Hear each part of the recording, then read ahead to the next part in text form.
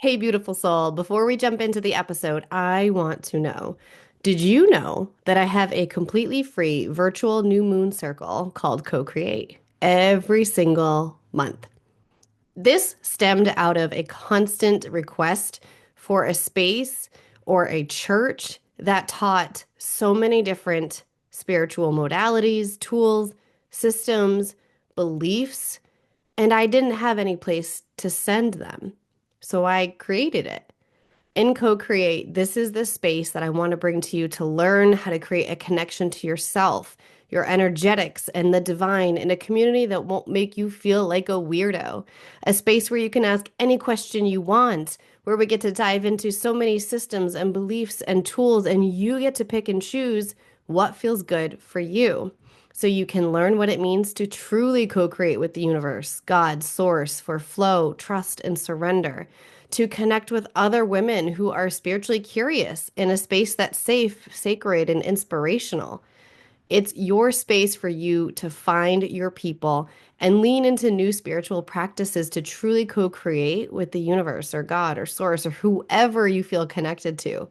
You'll gain tools and knowledge to understand what it really means to lean into the universal laws and become magnetic, all while being held by massive feminine energy. I've been hosting these free new moon circles for almost a year now, and it's definitely one of my most sacred spaces, and it's completely free for you every single month. Diana said that she made a promise to herself that she would work on her personal development and growth journey earlier in 2024. So I reached out to her and asked her for a testimonial to share with us. And what she said was Adriana's membership community and Co-Create has accelerated that and more. I have had multiple breakthroughs from finding a new career path, improving my mental health by reducing my anxiety and depression through journaling, meditation, and breath work, improving my physical health, doing walking meditations are my jam, strengthening my marriage and relationships, improving my money mindset, and just setting up a routine that complements my design. I've learned to embrace challenges as a sign of growth. I will continuously do my best to be in harmony with myself, with this world, and the universe. I have never felt so seen, heard, safe, and supported. Her community and Co-Create has helped me connect to my true authentic self, to move with grace and intention, to embrace everyone's uniqueness. And we each have a special gift and are collectively part of this world to show and share it this way. Thank you so much, Diana, for sharing all of your reflections and how Co-Create and my community has changed your life. And now I want to share it with everyone else. The link to register is in the show notes below. Even if you register for 1 month, you will automatically be signed up to be able to join every single month for as long as you're on the list. So you don't have to repeat it every month. You will always get on the list. You will always have the Zoom link available.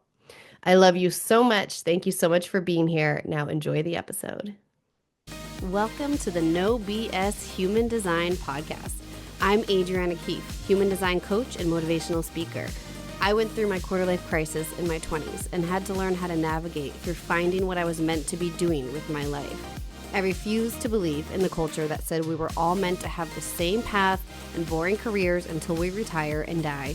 And along my journey, I found human design, a system that reveals your energetic blueprint, showing you where and how to access your body's consciousness and how to live as your true self. Human design changed my life, so I started sharing it with others and changing their lives, but we were all finding the same problem: a lack of resources that explain the system in easy and useful ways. So I created this show where we dive deep into the lessons of the human design system without the BS and the noise you find on the internet. Listen in for lessons in human design, finding your purpose, manifestation and spiritual practices, human design within business, and so much more. We connect with other experts in the human design and spiritual realm in a refreshingly honest way to help you find your way along your spiritual path and live this life with intention. It's time to let go of the societal expectations of being and let yourself find abundance through being uniquely you. Let's get started. Okay, I'm so excited for this because I just love learning about new tools and all the things that we can do to change our brain.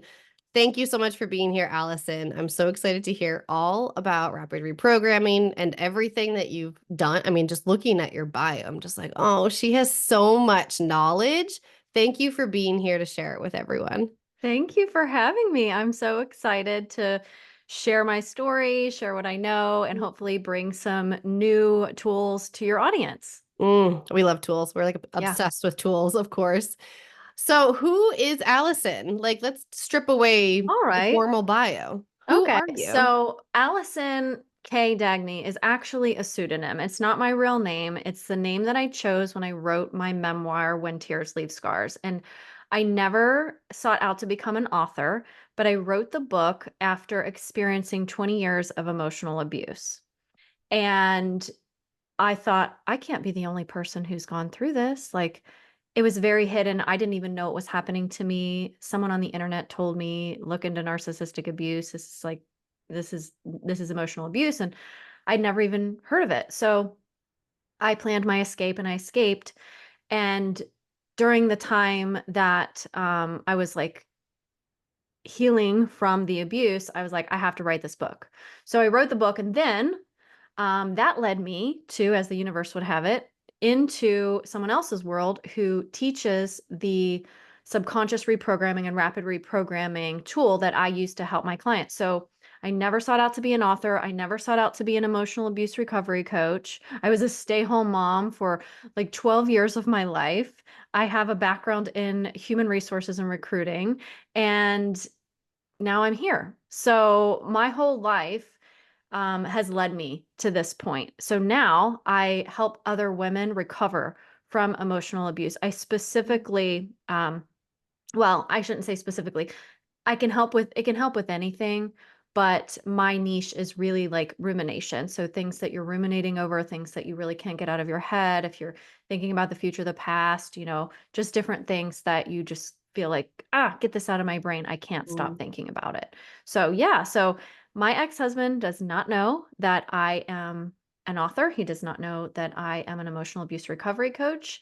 He doesn't know any of these things. I use this pseudonym. I do not show my face for protection purposes as well, because I still have kids that are under 18 and I need to not only protect myself, but protect them. And that's who I am. And that's a little bit about me. Mm. And so, did the rapid reprogramming, is that what really healed you? Is that why It you became is. so involved with it? It is the thing that healed me, Mm. because right after I got out of my, like the day I got out of my emotionally abusive relationship, I contacted a therapist and got myself in weekly therapy. And I attended weekly therapy for about 4.5 years post escaping my abuse. And I felt like every time that I would go to my therapist, I felt really good in the office, and we would connect like, oh, this is what happened to you in the past, and this is why you behave this way now, and this is what your ex is, and this is probably why he's the way he is, and like all these things were very eye-opening. But what was not happening was what I was not healing. I was not overcoming my triggers. I was not feeling peace. I was not experiencing joy. I was still, getting upset and felt like I was on this hamster wheel for 4.5 years. I mean, I was there every week for an hour every Mm. week. And I was like, this is craziness. Like, am I going to be in therapy for the rest of my life? I literally thought that I'm like destined to be in therapy for the rest of my life. This is Yes. crazy.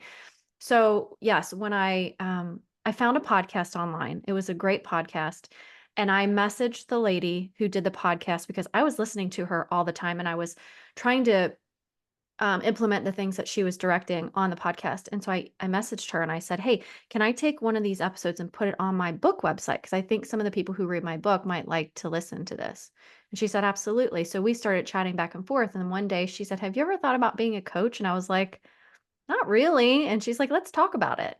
And so we had a conversation, and I was like, "Oh, this is what I want to do."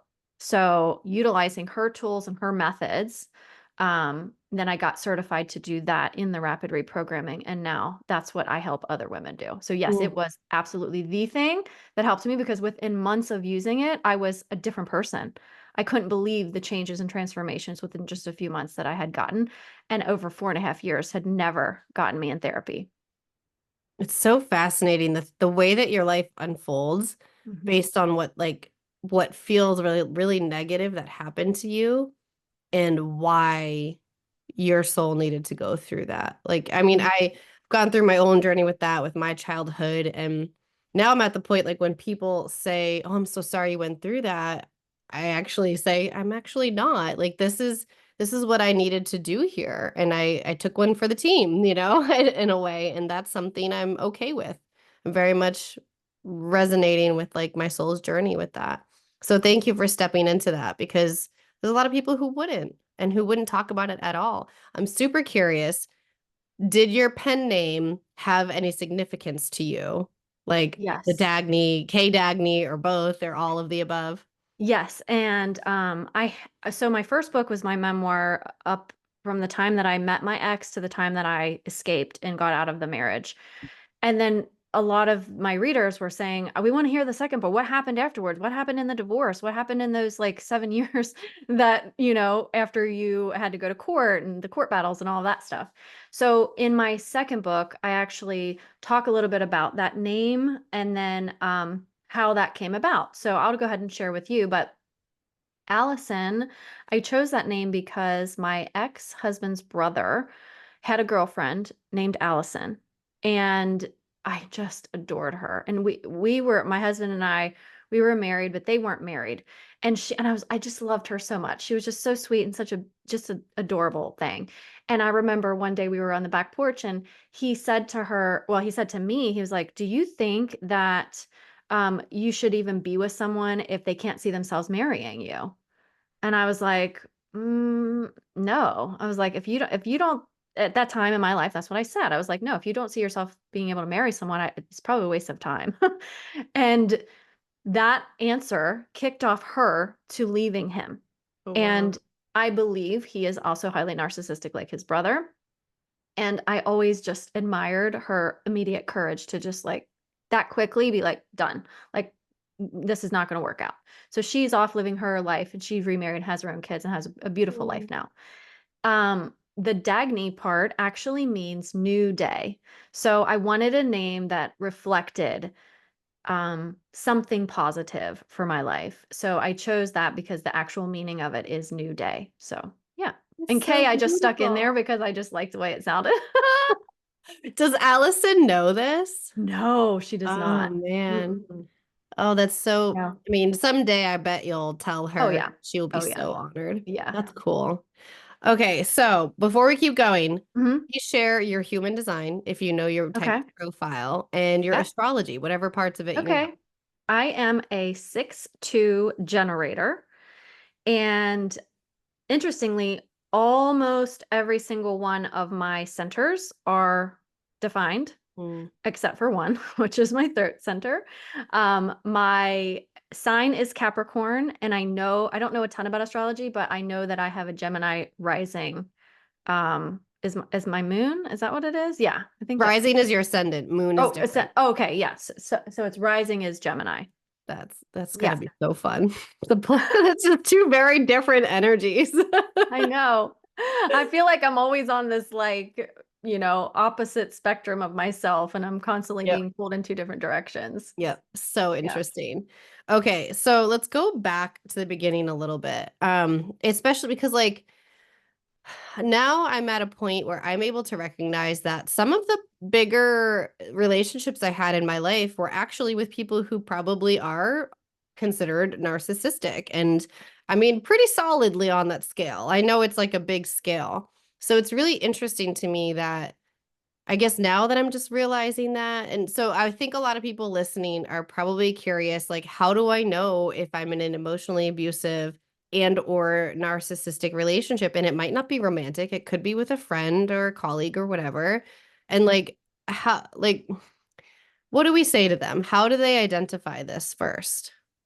Well, I think there's definitely a lot of things that you can look to, but I think the number one thing is if you feel like that you can't be yourself and you feel like that you have to walk on eggshells or be really careful about what you say or what you do or they're going to get upset, if you if you are feeling like that, it might be time to just take a little, take a beat and take a look at it. Now, this could also be something that maybe you just have your own like fears about like upsetting people, maybe you have people pleasing tendencies or things like that. And that could be also true. But I think it's important just to look at it because sometimes people who are highly narcissistic are extremely controlling and they want you to be how they want you to be and they want you to do what they want you to do. And so if you are always on edge or constantly worried or on eggshells, I think it's probably a good idea to take a look at that because you could probably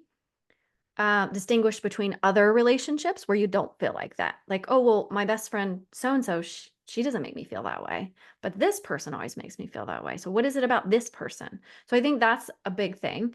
When it comes to like romantic relationships, I always tell people to really watch out for love bombing in the beginning. So if you're dating someone, or even if you're with someone and you look back at the beginning, were they heavy on the love bombing? Were they, and this can be, it doesn't even have to be romantic. It could be a parental relationship. It could be a relationship with a friend or a coworker. And the thing that you want to look out for is the cycle of abuse, which is they idealize you, they put you on a pedestal, they give you things, they make you feel really amazing, and then they start cutting you down. And that's the devalue part. And then the discard. And the discard can look different for different people because I remember one person told me a long time ago, because I was like, oh, he never discarded me because I was with him for 20 years. Like he never left, he never. And she said, no, he discarded you all the time inside the relationship when he was stonewalling you, when he was um, triangulating you with people, when he was criticizing you, he was discarding you all those times. And I was like, oh my gosh, like the times that I felt so low. So I think also like a couple things, but also look and see if that cycle is happening inside your relationships. It's they idealize you, they make you feel good, they devalue you and then discard you. And then the cycle starts to repeat again. And they're like, oh, I love you. And we're amazing together. And, let's here's some flowers and let's make up and blah, blah, blah. And then it just repeats and repeats and repeats. So I think those are some things to look out for sure. Yeah, it's so interesting that the feeling like you can't even be safe to be who you are. I Mhm. resonate with that. And like you don't know any different when you're younger. Like Mhm. you don't understand that you're supposed to be able to be your full authentic self in relationships. I mean, we're not even doing that walking around society most Mhm. days. So it's just very eye-opening for us now in today's culture. We're just starting to understand that that's not okay and it's not healthy. Um, okay, so now you went through a lot of that. What did that, how did that impact you that something like the rapid reprogramming had to come in and undo? Like, what did that do to your brain or your subconscious? Okay, good. You get my Yeah. question. I'm like, am I Totally. making sense? Yes. Okay. So, and this isn't going to be just specific to me. This is any any abused victim is if you've experienced childhood abuse, emotional, physical, sexual, whatever, your brain is being programmed in a certain type of way to believe certain type of things, right? So that abuse is creating a perception for you, how you see the world, how you see other people, how you see yourself. If you're an adult and you are being abused, right? Let's say you weren't abused as a child, but you're abused as an adult. Same thing. It's like brainwashing. Like people know of Mhm. cults, like you hear about cults all the time. It's really no different. You're being brainwashed, your mind is being conditioned to think a certain way, to behave a certain way, to be a certain way, to appease the abusive person, right? So that you get to basically they're making you be what they need you to be so that they can be okay, Mhm. Ha, right? yes. Yeah. So as you are growing and trying to heal from this kind of trauma, it's about undoing all of that, undoing the conditioning, undoing the brainwashing, undoing all these things, right? So I like to think of it like if you were a brand new computer out of a box. The day you were born, you've not been programmed yet. Right now, maybe there's some generational things or some, those kinds of things we can talk about. That's a whole nother podcast. However, let's just say that day you were born, you had this brand new, beautiful computer that's never been messed with. Now, all of a sudden, mom comes in and starts writing programs. Dad starts writing programs. Teachers, culture, religion, everybody's writing programs in here. You're going to behave, you're going to operate the way the computer is programmed, but that's not really you, right? You Yep. got to deprogram all that stuff. And that's what rapid reprogramming does. It gets you back to who you really are, which is what I love because, especially if you've been an abused victim for any length of time in your life, you often don't know who you are. You often are like, I don't know. I don't have an identity. I don't know who I am. I don't know what I Yeah, like. I that don't was know what I me. love. Yeah. Mm-hmm. Yep, I tell that story all the time. I was like, therapy, EMDR helped me neutralize the flashbacks, helped Mhm. me, cope. I didn't have to be admitted to a hospital, which I almost was a couple times. And then at the end of the day, I was still like, but who the fuck am I? Like, who am I? I felt like a shell of a human Mhm. because all of that was neutralized, but there were still layers and layers and layers of conditioning on me. So I know Yeah. exactly what that feels like. Yeah. And it's not a good feeling. It's a very Mm-mm. scary feeling. And I've worked with lots and lots of women who almost resist healing sometimes because it's like, but if I change this stuff or if I start thinking of things differently, I won't know who I am. And I help them through that resistance, obviously, because that's my role. But it is a very common thing because a lot of times we attach our identity to our experiences or to the abuse or to the things that we've gone through. Yeah, exactly. Okay. So that, I mean, I think I was just intuitively guided probably to figuring that out on my own with human design because that's the missing piece that I was always like mainstream human design doesn't talk about this. My body doesn't feel safe to be able to be this way. I also don't feel like any of my design resonates. Like there's a lot of pieces of my design that I was like, I am not a 4/6 profile. There is no way. And so I had to find tools that helped me release all of those beliefs and shed that stuff. So that's why I use things like tapping. I've dabbled in rapid resolution therapy. I'm not an expert in it, but I've had it done. And I love all of these tools that are coming out of the woodwork because everyone is so different. Everyone needs different things. So, how does rapid reprogramming work? Like, what could someone expect, or how could they know if it's the tool for them to try? So I love the tools that you're talking about, and I've used like EFT, and I use human design as a tool too, right?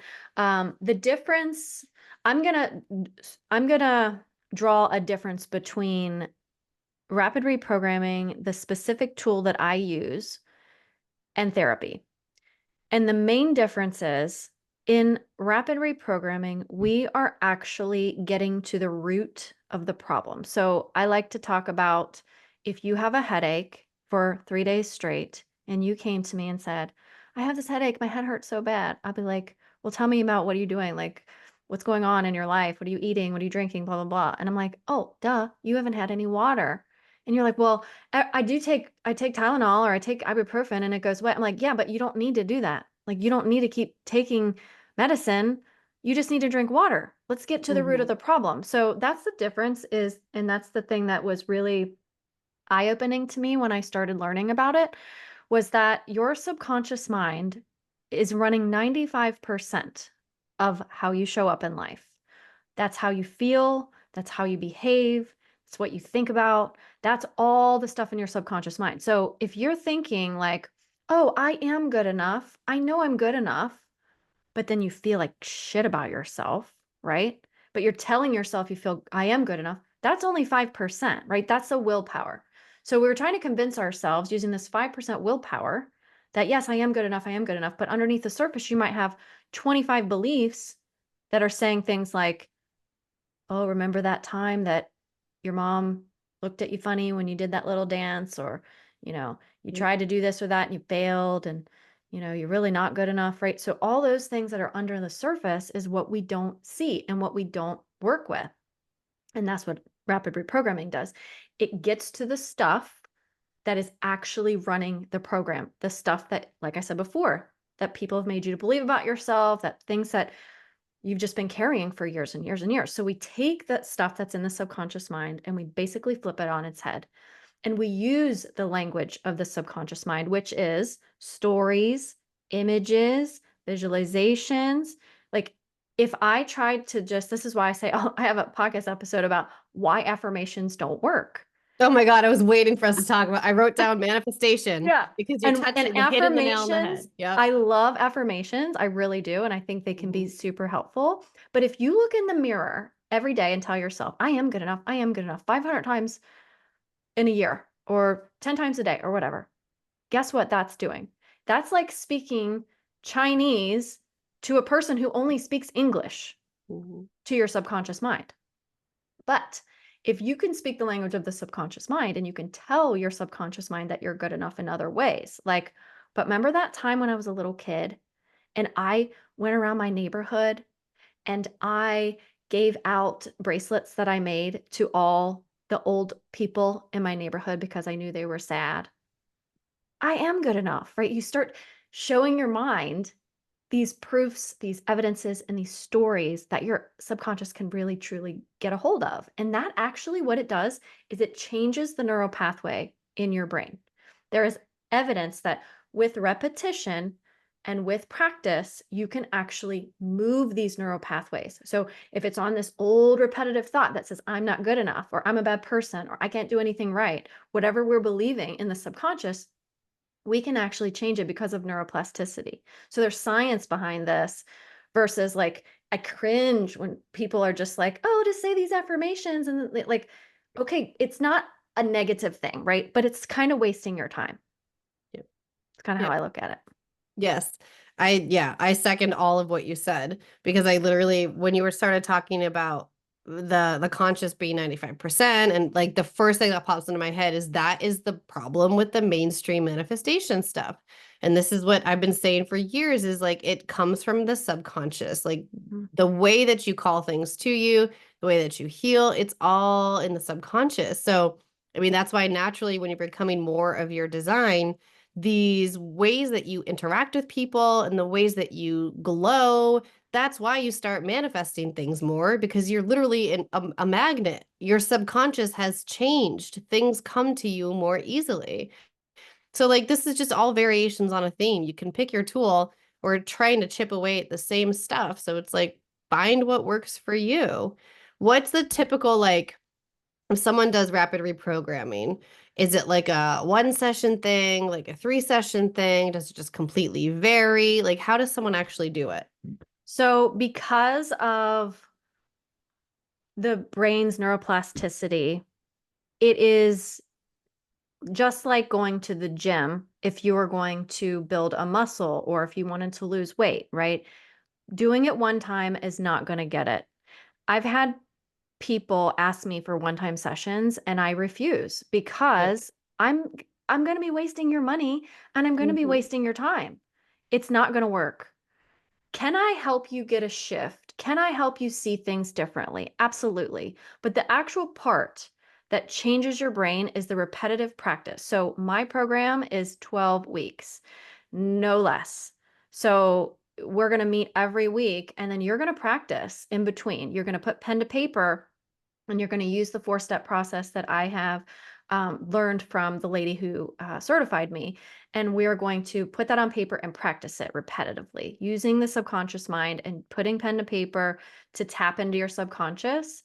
But it's not an integrity for me to take on a one-time client because they're not going to get a result from that. That's like, Mhm. oh, go to the gym this Saturday and expect you're going to have this rockin' ass. You're not, right? Like you've got to If only. I know, right? Like you're going to have to put in the effort. Now, I will say 12 weeks, I've gotten results. People are like, they don't need me anymore. And that's the goal, right? I don't want people to have to be with me for 4.5 years like I was with my Mhm. therapist. Because Mhm. what does that say about me? I'm not helping you. I'm not actually getting you results if you have to be with me for 4.5 years. Mm. All What right. are some of the common like beliefs or things that people come to you for? The biggest one is, well, rumination is a big one, but rumination is sort of like an umbrella thing. So You could be ruminating about the past and the conversations and what you should have said and what you should have done, right? Or why they did this or why they did that. Or you could be ruminating about the future, right? Like, oh, your ex is with a new girl now. And what are they doing? And what vacations are they going on? Why is he taking her there? And why wasn't I good enough? Right. So there's this like umbrella thing about rumination, but what it almost always boils down to every time anybody comes to me is it's a lack of self-worth. Mm-hmm. They don't feel worthy and they don't feel good enough. So that's one of the very first things that we always work on is helping them build up and see, not just see, but feel how worthy that they are inside. Because that is so key. Like you can't just tell yourself you're good enough. You can't just tell yourself you're worthy. You have to feel it. And I would bet it's almost all women. Oh, it is. Yeah. And Yeah. I only support women. I have had a few men reach out to me, but just my personal boundaries are I only work with women. Yeah. I Yeah. mean, that's just the way that we are raised in Hmm. this society. Like you are not enough and Yeah. unless you do this or unless you Right. have this size boobs or unless you are Yeah. skinny enough. Like Yeah. that's it's unfortunate and it shows up in a million different ways, but Mhm. at the ultimate root cause of, I mean, if I were to actually look back on every client I've worked with, it's probably the same root cause. Like Mhm. what part of my chart tells me I'm good enough, Right. because that's what we feel like we need to figure out. How do I know I'm good enough to make the money, to switch the career, to find the partner, whatever it is? It's really sad, but there's also so many tools available for us now because that's been such a big part of our generation for sure. Yeah. There's one little shift I could help even your listeners with today that I talk about on my podcast, which is to take off the word enough.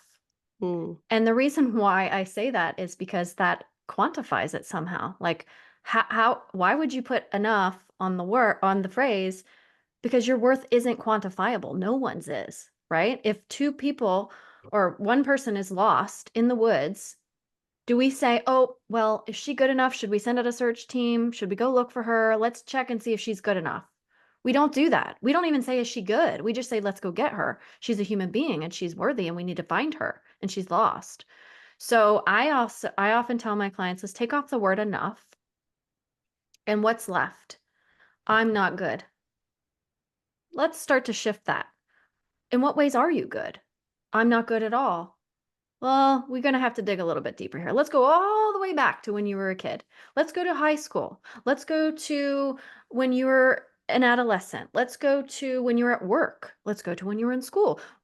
And that's my job is to start poking holes in these stories. And that's what people have to do. You have to start looking for the um, evidence that shows, wait a second, I am good. I did yeah. this that was good. I did that was good. And all that does, your brain just needs to see a little bit of proof and evidence to start changing that neural pathway, just a Hmm. little bit. So if you can start to make that shift and take off that word enough because it literally quantifies worth and there is no quantifiable part to your worth. It is so true. Like whoever made that part up. I don't know. I don't know who even said that, I don't know. right? Probably somewhere in religion, I'm sure. Oh my God. Okay. And now I hear you're working on another book, right? Hmm. How much can Yeah. you share on that? So I've got two books coming out in January. Damn. Well, maybe January, February, kind of depends on when my editors get done.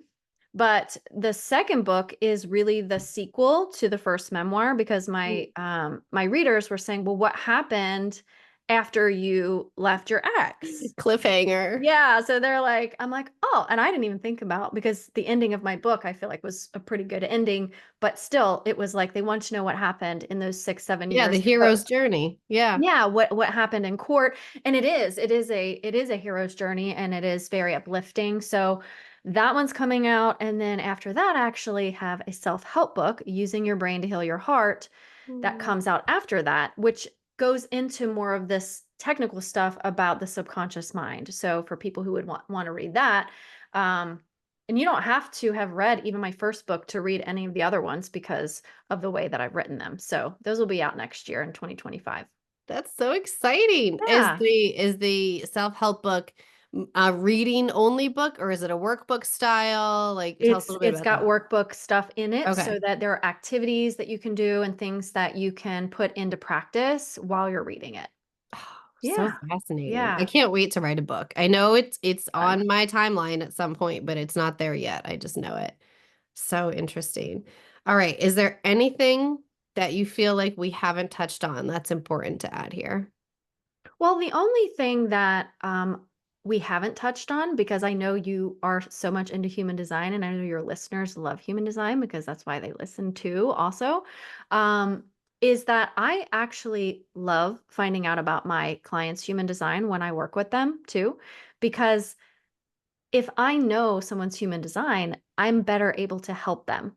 So if my clients are open to it, right? Because some of them are and some of them aren't. But if they're open to it, I like to learn and I will research and I will read about and investigate into their human design. Because, like, if I got a projector sitting in front of me, I'm going to talk to them in a different way than I would a manifester or a generator. So I think when it comes to healing in general and a subconscious level, the work that I do, it also encompasses human design. And that's why I love this conversation because I feel like it's so important because it's also deconditioning.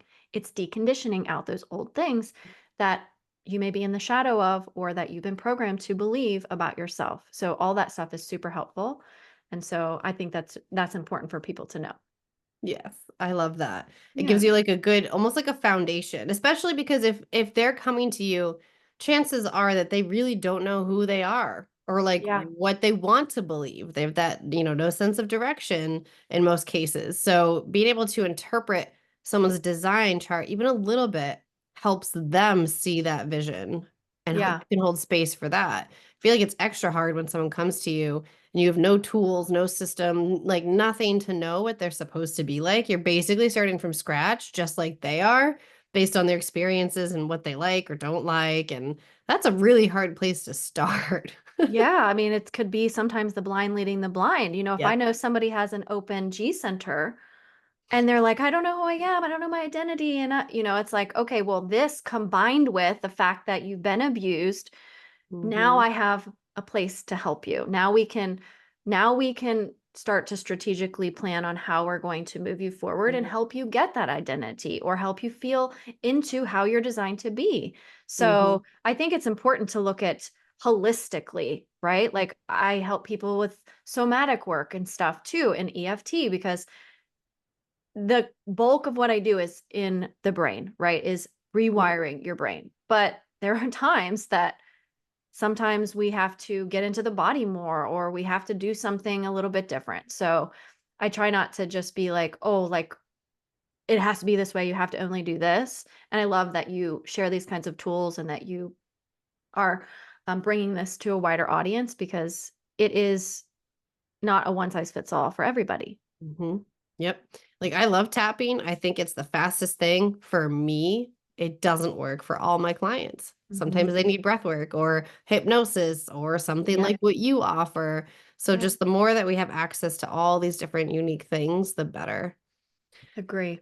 Oh, this has been so good. Where can people connect with you and find your books once they're out and follow along with everything that you're doing? Yeah, thank you so much for offering that. My books are on Amazon, so you can find me on Instagram at Allison K. Dagney or on Facebook, Allison K. Dagney. I do have a website, and I'm actually thinking about creating a whole new Instagram page just for my books, but I haven't started doing that yet. But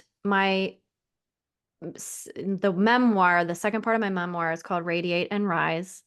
And the self help book is called Using Your Brain to Heal Your Heart: The Faster Way to Emotional Abuse Recovery.